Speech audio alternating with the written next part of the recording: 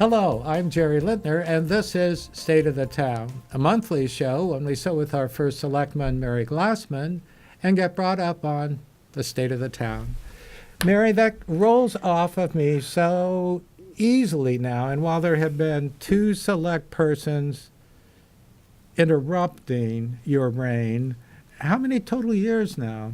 Well, thank you for being here, Jerry, and SCTV for being here as well. And I've been here 14 years. Wow.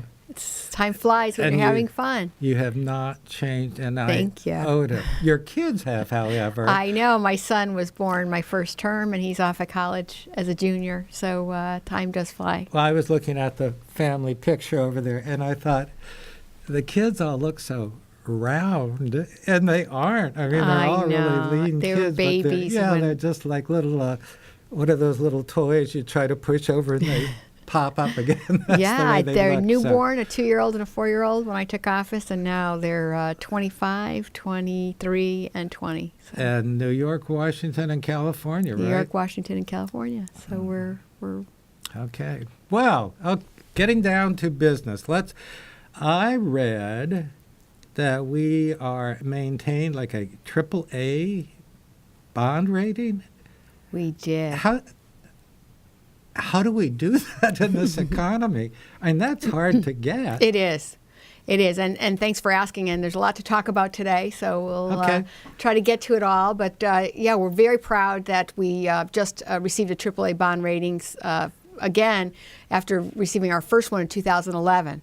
So it's the first time in 2011 that we received the award, and it's really the highest honor a town can receive. Yeah. And the reason that we were reaffirmed with our rating was because of our record of fiscal budgets over the last 5 years, and because of our tight fiscal controls. The budget that I proposed this year actually is lower than the budget that was proposed in 2008. Oh, wow, man. So we are incredibly lucky that we have great staff that are very creative. We have, over the last several years, received more than $8 million in grant money to help fund everything from open space purchases to repainting the gazebo at Schultz Park. I mean, we apply for every grant that is available out there. And I don't very see successful. a reduction in services, so it must be, those people that have not moved on in attrition just be carrying more load faster. Well, it's a credit to our staff, and part of it is technology. We've utilized technology and regional cooperation. So in cases where we can combine with other towns and joint purchase, everything from equipment to salt to paper, we do joint purchasing. And, we have fewer staff people than we did. We've gone to online bill pay for your taxes. And so we just want to take a plug and thank our tax collector, Colleen O'Connor. And this year, for the first time, we collected more than $6 million online for our tax collections, which is great. We offer free online check payment. So if you pay with an e-check, then it's free. And we think it's a great service to our residents, and we also save money because we don't have to physically open the mail. We save postage. We don't have to physically mail the bill. And one of the best parts about registering online and paying online is you can sign up for reminders to pay your bill. And that's often frustrating. How do I do that? Well, go online to www.simsbury-ct.gov. And Simsbury-CT.gov. Okay. And we'll be sending out postcards and mailings to all of our residents to help you walk through signing up. But what we're going to offer this year, and what we have offered, is you can register to be reminded to pay your bill 30 days before your bill is due, 5 days before your bill is due. Just a reminder. We don't send out supplemental tax bill reminders, so oftentimes it's frustrating for folks come January when their bill is due. They might forget, or they might have a family event distract them, or an illness. And under state law, the town of Simsbury must charge interest if the bill is not paid in January.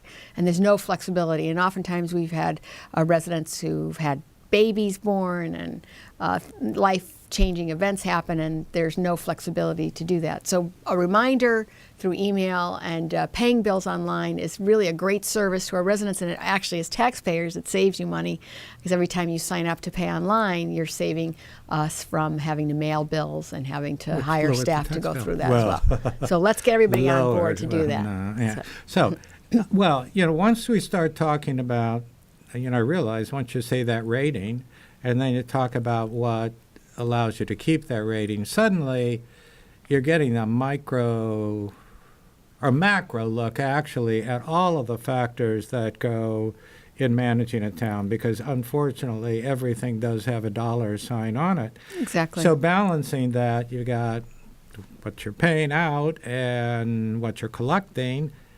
And we've had some kind of balancing news on collecting, like we mentioned a couple months ago on the show about the Hartford and choices they had to make. Exactly. Well, they have made a choice, and I know you had said at that time, complimentary of how early they notified the town we're working together. But if that doesn't complete quickly and become as productive in terms of the use of the space, then that's a loss in revenue. On the other hand, there's a decent amount of developing going on that should produce revenue. So you want to talk about a few Yeah, of those? Jerry, you mentioned, all really important factors that go in to our decisions every day of how we spend our money, how we spend our taxpayers' money, how we collect revenue, where we get our money from. Simsbury is not unlike every other town in Connecticut in that all of our revenue, most of our revenue comes from our local property taxes. Right.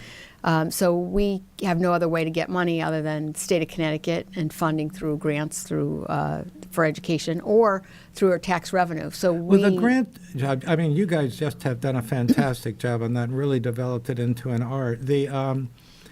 And for things that really not only maintain the quality of life in Simsbury, but differentiate it from so many other communities. At the same time, with the last I remember, this goes years back, in terms of state taxes that we pay, we would get back for every dollar about a nickel. And I'm guessing that's not improved any. No, That's just it's the way not it improving is. any. It's a tremendous amount of stress on a town. And those are the factors that go in actually to the bond rating. And to translate what a bond rating means to the average taxpayer is that if the higher your bond rating is, so with a AAA rating, when you do go to the bond market to borrow money, your bonds are very attractive. Right. And as a result, your interest rate is very low. Right. And that saves Simsbury money. When we refinanced our bonds, I recommended refinancing our bonds last year.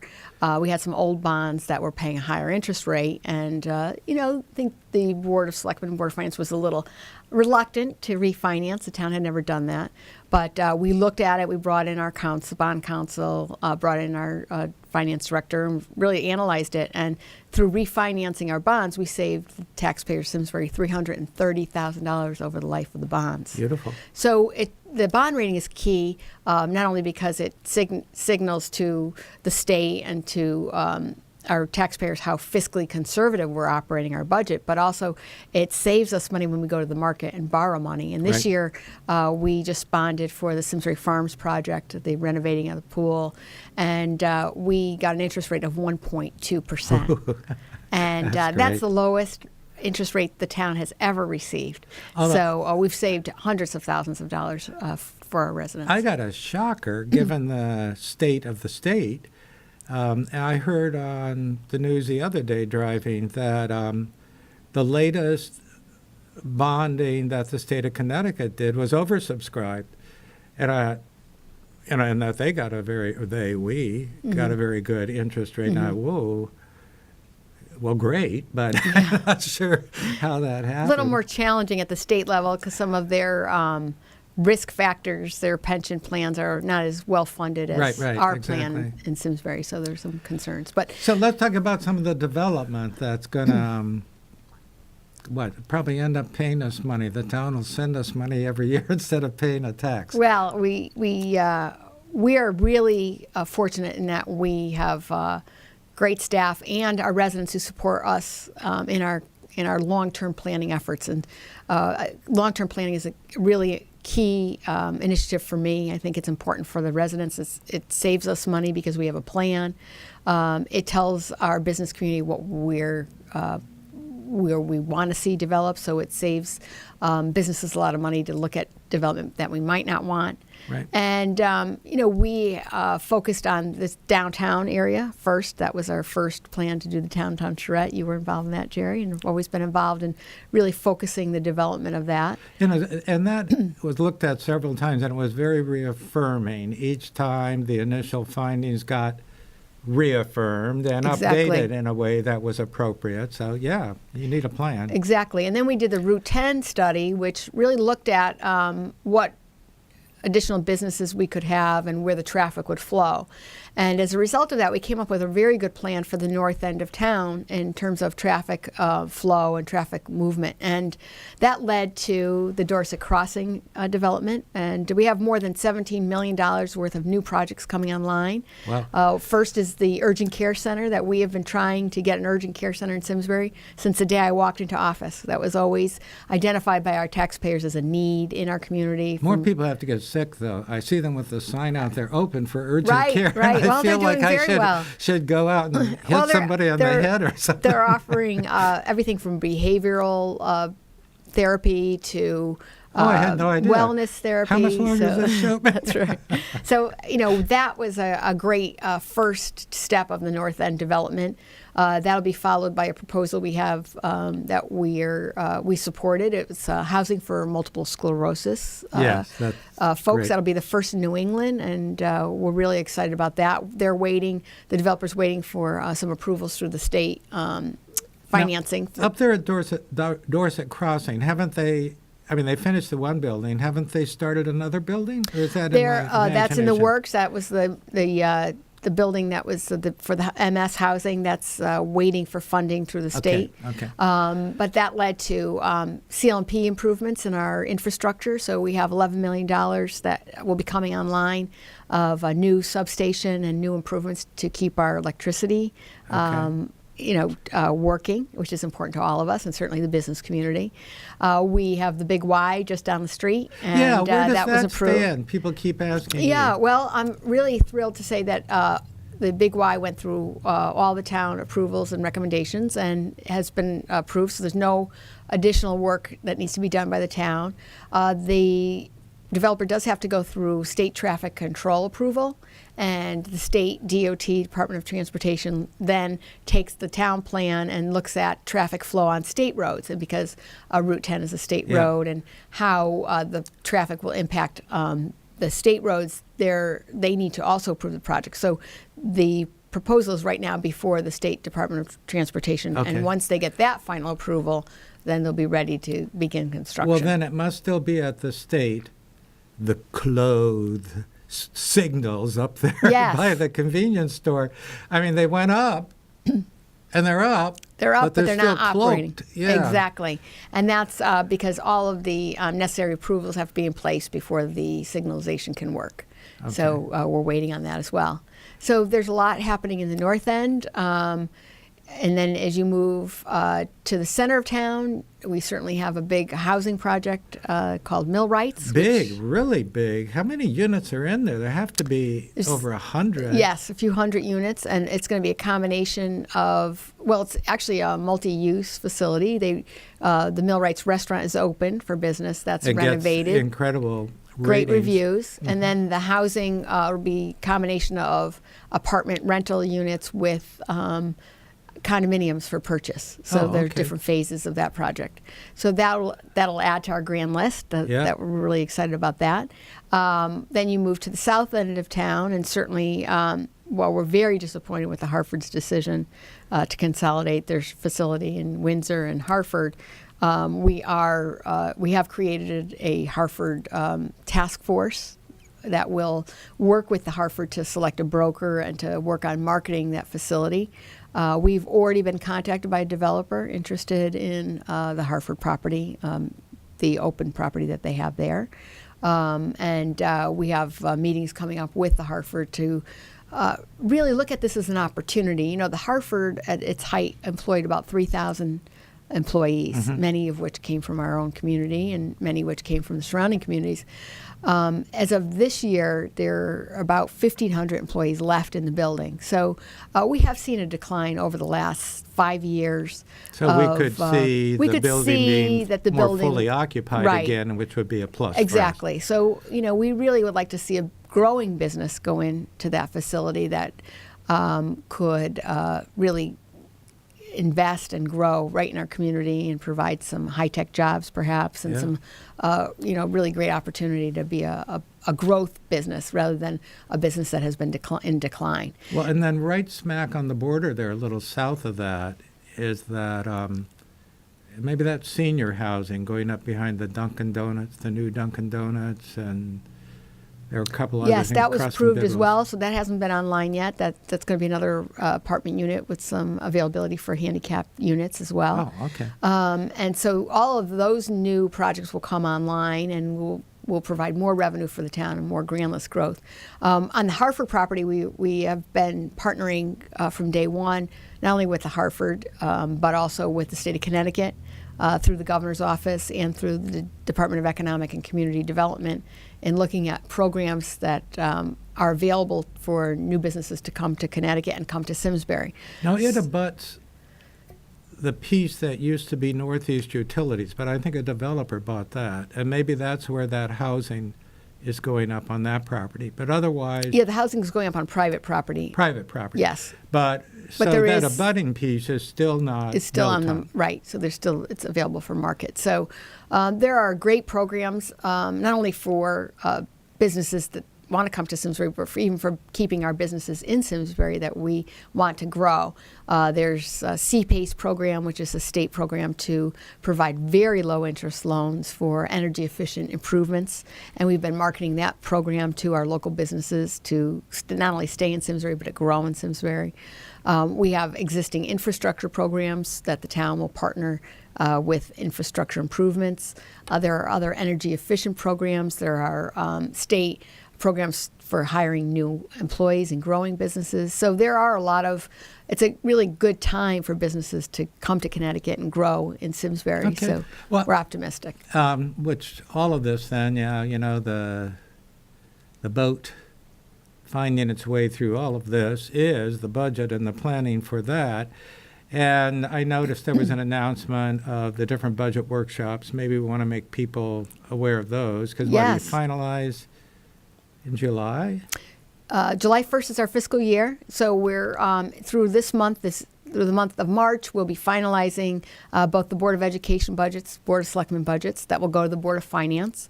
The Board of Selectmen will present our budget on March 27th, so we're working through the process. So this is a perfect time for residents to give us feedback on what they think about the budget levels, what programs they like, what programs they don't like. We really took a fine-tooth comb to the budgets and looked at every new program. We looked at leaf collection to see how many folks in town use leaf collection. We got about a third of our community that uses it. Thought about cutting that program because it's not I didn't used. know we had leaf We have leaf collection. Well, it has to be in bags, or you just... It has to be in bags, and then we announce certain times of the year that we come by and collect it. Okay, we compost. We Okay, mulch it so up, that's so great. we never... So you never use it. Yeah, so that's why I wasn't and we do aware the of that. same. But we thought, that's one of the examples of things that we looked at, saying it costs about $15,000 for the program. It serves about a third of the community. Is it something we want to offer? We can continue to offer. And based on the feedback that we got, we kept that item in the budget. So we included leaf collection again for next year. But, it gives you an example that we really looked at all programs. We looked at our dial-a-ride program very closely because we are concerned that many of our seniors can't get to out-of-town medical appointments. Yeah. Very difficult to schedule those because it's not, everyone has different appointments at different times in different places. So it's not like you can run a bus that will take 5 or 6 people to out-of-town appointments. Those really have to be done on a single basis way.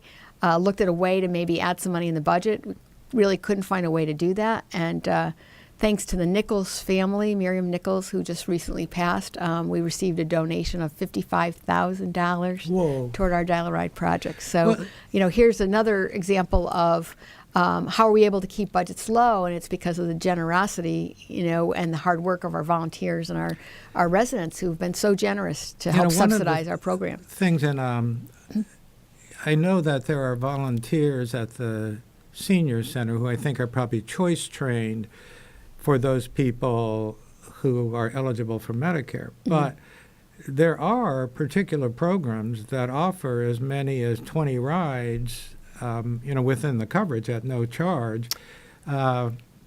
And so maybe if some of you are, unaware of that and you think one Yes. program is like another program, that check in at the senior center. And if you get to the senior center and they say, I don't know what you're talking about. Tell them Jerry sent Yeah, you. call Jerry. He'll tell you what it's about. But, and that's what we want to make sure, not only that we offer the programs, but that our residents know those are available. And so we have a free dial-a-ride program, and for folks who want to go out of town, we have a free one appointment a month available. But we also have volunteers, as you said, who have offered to drive our residents if they need more frequent appointments. So Well, I know that there are so many resources that you can become aware of through the senior center, and Nikki and her people do a great job. But a lot of people, it just doesn't occur to them to stop I in know, and find out. Speaking of know. the senior center, though, yes. we're going to build a high-rise for them, or what are we going to do here? Well, that gets back to, analyzing. We're constantly looking at, what programs do we offer? How can we offer better programs? How can we offer programs at a reduced cost? How can we collaborate with our neighbors? What are our long-term needs for the town? And while we had looked at land use through the design forms that we've had, and we've looked at recreational needs, we focused on our senior needs. The first piece of that was to increase the elderly tax credit program. We did that last year. Actually, when John Hampton was the selectman, he introduced that several years ago, and we upgraded the program just last year. But Do you automatically get that? How old do you have to be? you have to be It's also income income eligible. related. Yeah, right. Exactly. But there's a state program we and a got a local veteran program, thing and too, there's a right? veteran program. I never got on the veteran And a list disabled somehow. program as well. So there are a number of programs that folks. Who do I go talk to get on the veteran list? I talked we to talked somebody years ago. to and- David Gardner at the assessor's office. okay. And there's deadlines to apply, so you got to go walk down there after I'll this. walk down there. Okay. Oh my God! And then I have to go to the urgent There you care go. center for my behavioral busy day. problems.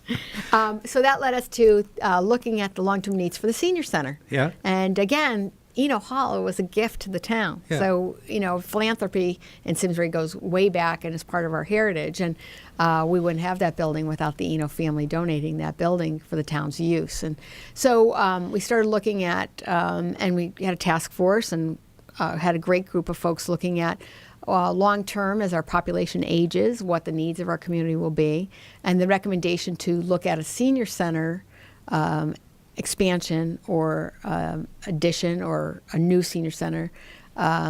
What would that look like? So we're in the final phase of that study. The Public Building Committee is looking at a number of sites that they will recommend then to the Board of Selectmen. Oh, so it's a secret. We don't know. No, yet. I'll be happy to share. Well, the one that I don't even care what the others are, that I'm in favor of is expanding Eno out the back with covered parking below, because I think it's great to have it in the center of town. Okay, now I'll be Well, that is open-minded. number one. That's one recommendation. So what the Public Building Committee is doing right now is considering the sites. One is Eno Hall, and that is, as you said, expanding out the back and adding some parking.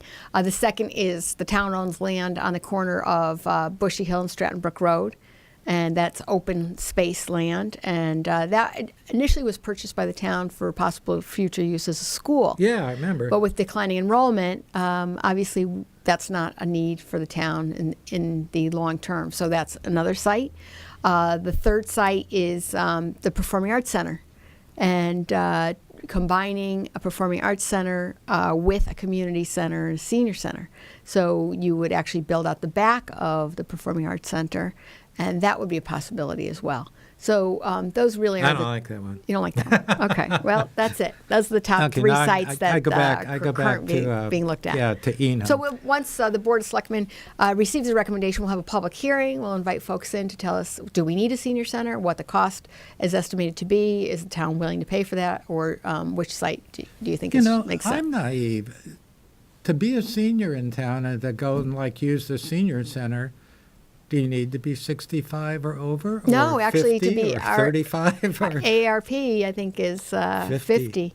Oh, So, really? So that's it. yeah. AARP. So, we're Okay. really open. Boy, AARP, the Veterans Association. I am going to have a busy afternoon. Busy afternoon.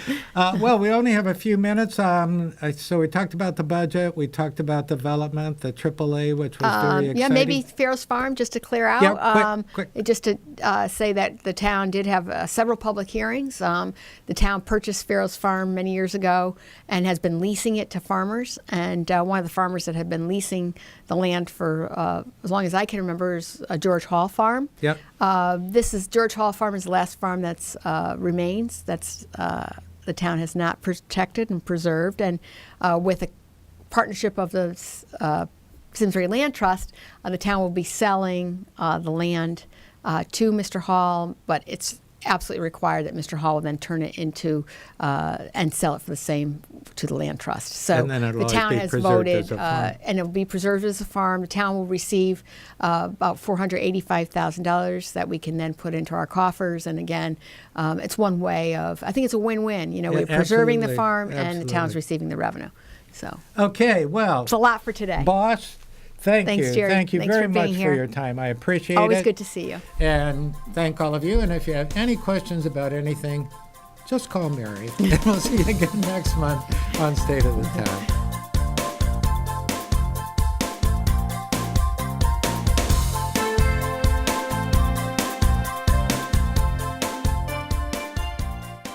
Funding for Simsbury Community Television is provided in part by contributions from viewers like you. Thank you.